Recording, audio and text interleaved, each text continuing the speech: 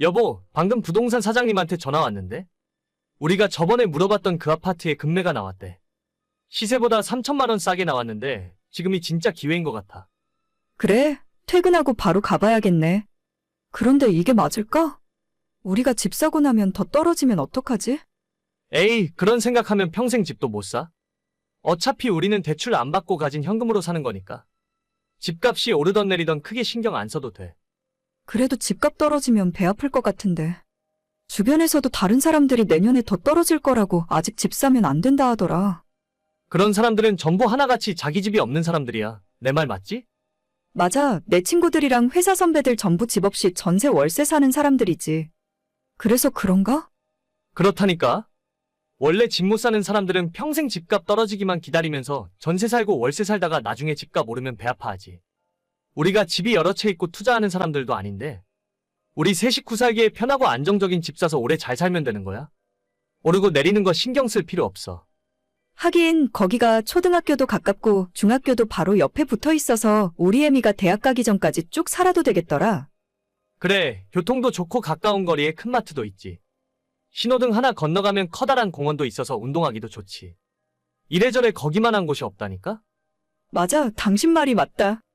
이번에 집 사서 이사 가면 최소 10년 이상 살 거니까 집이 오르건 내리건 신경 안 쓸래. 대출 안 받고 현금으로 사는 거니까.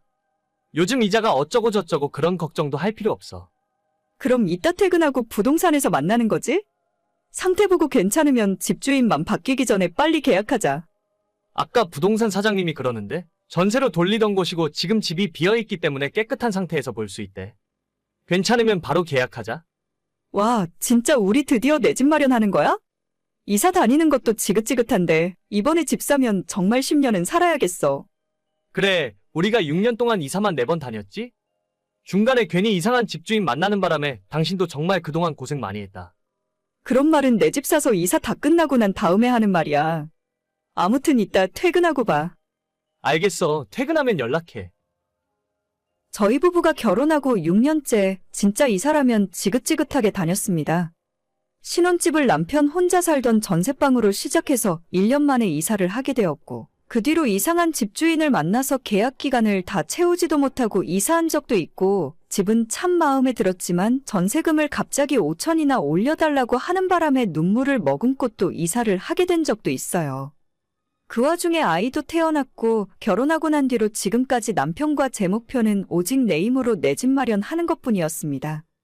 저희가 가진 돈이 3억 5천 정도라서 크게 넉넉한 상황은 아니지만 연식이 조금 된 25평 아파트를 대출 없이 급매로 살 수 있었어요.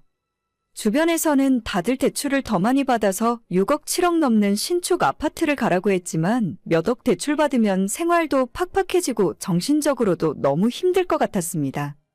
아이와 셋이 살기에 25평이면 충분하다는 생각이라서 굳이 넓은 집을 무리해서 갈 이유도 없거니와 요즘 신축들은 위치가 예전에 지은 아파트보다 못한 것 같더라고요.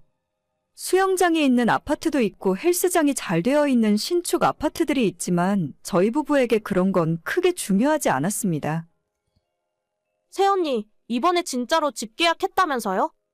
엄마가 그러던데 대출도 안 받고 전부 현금으로 산 게 사실이에요? 네, 좋은 집 찾으면서 기다리다 보니 이렇게 됐네요. 차라리 잘 됐죠. 저희 벌이에 대출금까지 갚다 보면 먹고 살 돈도 없을 것 같아요. 에이, 엄살은 둘이서 받는 월급이 얼만지 뻔히 다 아는데. 그래서 진짜 대출 한 푼도 안 받고 현금으로 집 샀단 말이에요? 거기 얼마에 계약했는데요? 시세가 3억 8천 정도인데 급매로 나온 거라서 좀 싸게 나왔어요. 3억 5천에 계약했죠. 그럼 오빠랑 새언니가 현금을 3억 5천이나 가지고 있었단 소리예요? 와, 진짜 무서운 사람들이네? 아니지, 순진한 사람들이라고 해야 하나? 네? 그게 무슨 말이에요? 아니, 요즘 세상에 현금 3억 5천 들고 현금으로 집 사는 사람이 어디 있어요? 은행 가면 바로 5억은 기본으로 대출 받을 수 있을 텐데. 그래서 언니랑 오빠가 다 낡아 빠진 25평짜리 구축 아파트로 가는구나. 거기 지하 주차장도 없다면서요? 어차피 저희 차 한 대밖에 없고 평소 출퇴근할 때는 대중교통 타고 다니니까 지금도 지하주차장 없는 곳이지만 문제되는 점이 없었어요. 그래서 별 상관 없을 것 같아요. 언니, 저번에 우리 집에 와서 아파트 헬스장이랑 수영장 있는 거 보고 부럽다고 했잖아요.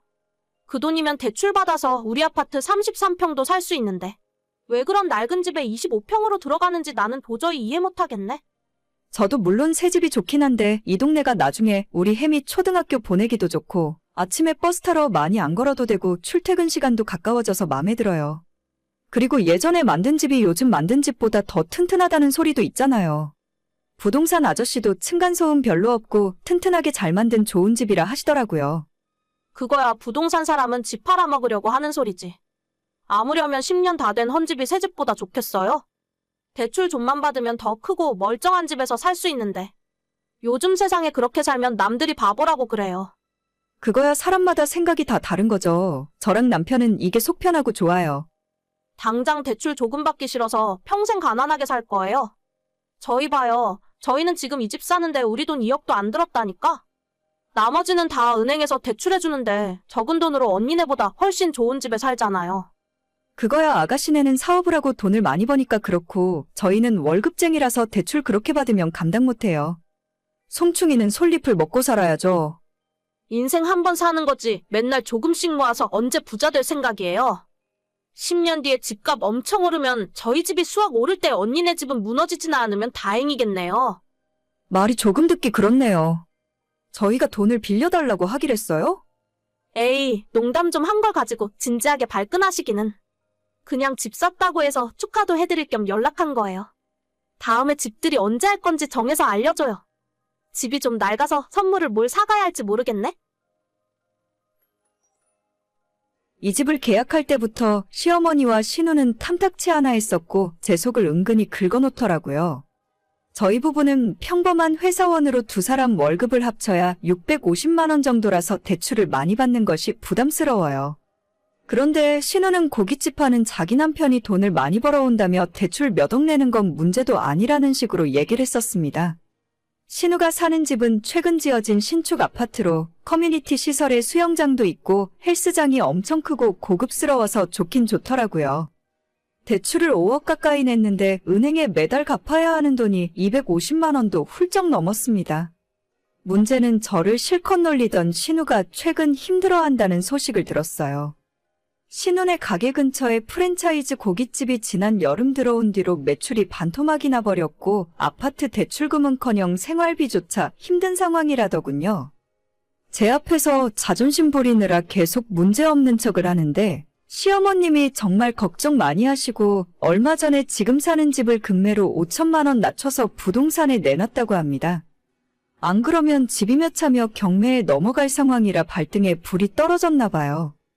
대출 많이 받아서 새로 지은 좋은 집에서 사는 것도 상황에 따라 나쁘지 않은 일인데 저희는 그냥 안정적인 생활이 좋아요. 집으로 크게 투자해서 돈 벌 생각도 없고 지금처럼 열심히 저축하면서 세 식구 행복하게 살고 싶습니다. 오늘의 사연은 여기까지입니다. 구독과 좋아요, 알람 설정은 많은 힘이 됩니다. 다들 행복하시고 좋은 하루 되세요.